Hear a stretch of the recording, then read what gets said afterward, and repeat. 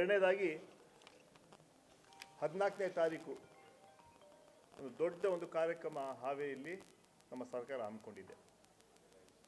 1,000 ದಿನ ಕಳೆದಿದ್ದೀವಿ, ನಾವು ನುಡಿದಂತೆ ನಡೆದಿದ್ದೀವಿ. ಸರ್ವರಿಗೂ ಸಮಪಾಲು, ಸರ್ವರಿಗೂ ಸಮಬಾಳು ನಮ್ಮ ಸಂಕಲ್ಪ. ಅವತ್ತು ಸುಮಾರು 1,10,000 ಪಟ್ಟಗಳನ್ನು ಬಡಜೇರಿಕೊಳ್ಳುವಂತಹ ದೊಡ್ಡ ಒಂದು ಐತಿಹಾಸಿಕ ಕಾರ್ಯಕ್ರಮವನ್ನು ಹಮ್ಮಿಕೊಂಡಿದ್ದೀವಿ.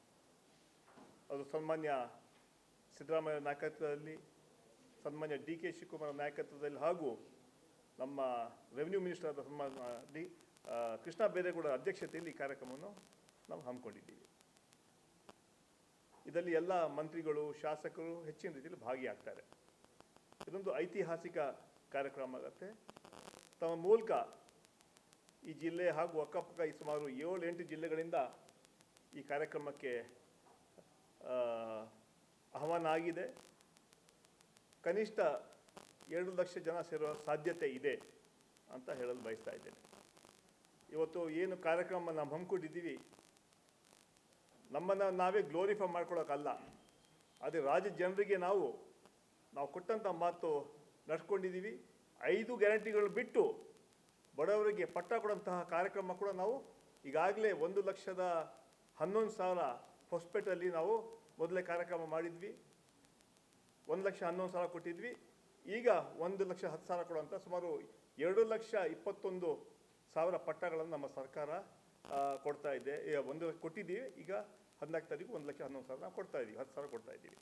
ಅದರಿಂದ ಇವತ್ತು ಕೇವಲ ನಾವು ಭಾಷಣಕ್ಕೆ ಸೀಮಿತ ಮಾತ್ರ ಅಲ್ಲ, ಯಾವ ಟೀಕೆ BJPಯವರು ಮಾಡ್ತಾರೆ, ಅವರ ಕಾಲದಲ್ಲಿ ಎಷ್ಟು ಕೊಟ್ಟಿಲ್ಲ ಅಂತ ಮಾಹಿತಿ ಅವರೇ ಕೊಡಲಿ.